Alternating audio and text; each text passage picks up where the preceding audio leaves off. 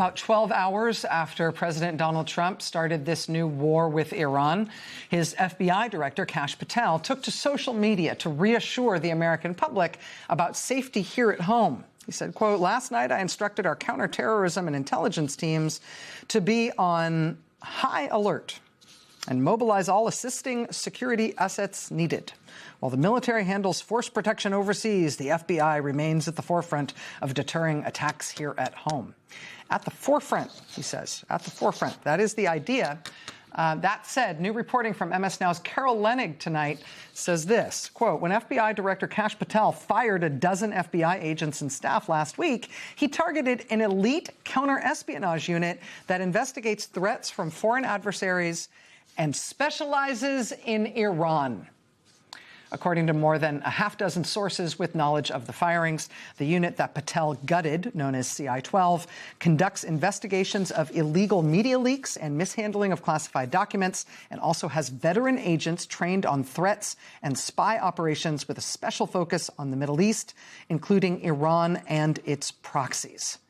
Some of this was first reported by the New York Sun. I will tell you that Carol Leonnig is also reporting tonight that at the FBI today and tonight, people there are bracing for potentially more firings in this unit. The FBI is denying that it has done anything to hamper the agency's counterintelligence capabilities.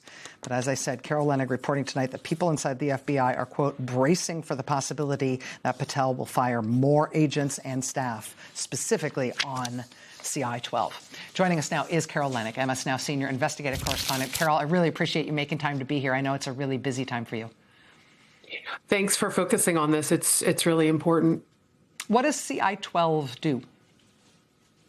CI-12 is casually known, that's its kind of code name, but it's casually known as a global espionage squad of the FBI. It's got a combination of agents, analysts, and also support staff based out of the Washington field office. It's been involved in a really interesting panorama of cases, Rachel, some of which you've covered extensively here.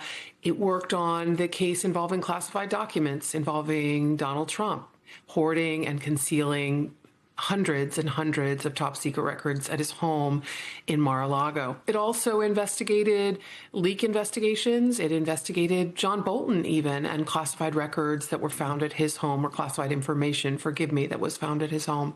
And it also, with the exception of Russia and China, looks at espionage and other threat information from foreign adversaries in other countries.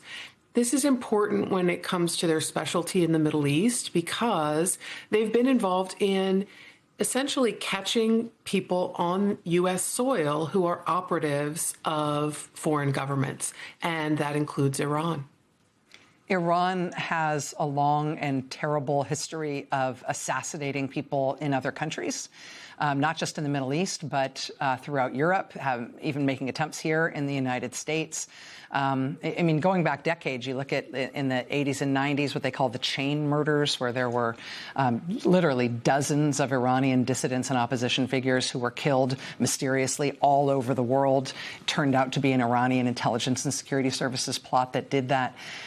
It does seem like this is, for everything else that Iran is and isn't, it does seem like they've invested a lot in their ability to kind of reach around the world and affect the kind of change that the regime wants, specifically with assassinations and other kinds of sabotage plots. Is that why the FBI sort of has this unit that works on it from Iran, and they separate it from, for example, what China and Russia do and some of the other big adversaries that we've got along those lines? You're on the right track. The reason Russia and China are separate is because they're such behemoths, right, that they need their own teams, essentially, their own specialists.